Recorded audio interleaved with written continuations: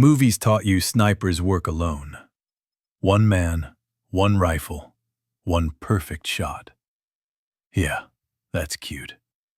Hollywood snipers are silent ghosts. No backup, no talking, no mistakes. Just dramatic breathing and plot armor. Real snipers? They're a team. Shooter, spotter. One watches the target. One watches everything else.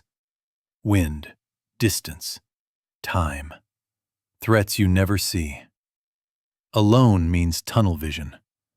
Tunnel vision gets you killed. The spotter saves lives, including the snipers. So no, snipers aren't lone wolves. They're professionals who trust someone watching their back.